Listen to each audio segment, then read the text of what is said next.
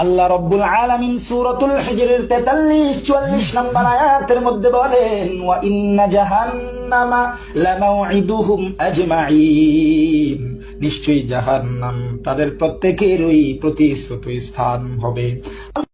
এ বন্ধু, হাফিজুরের দালালি ছাড়ো।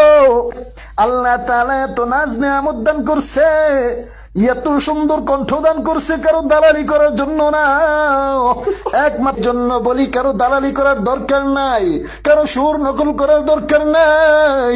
আল্লাহ তোমারে যে সুর দিছে ওই সুরটা নিয়ে সন্তুষ্ট থাকো। এরে, তুই যে আমারে নসিহত করলি, তোর গলায় তো হাফিজুরের আওয়াজ শোনা যায়। তুইও তো হাফিজুরের দালালি কইরা কইরা আরেকজন রে নসিহত দেস। না না, আরেকজনের দালালি কইরা কইরা অন্য জন রে নসিহত দিস না।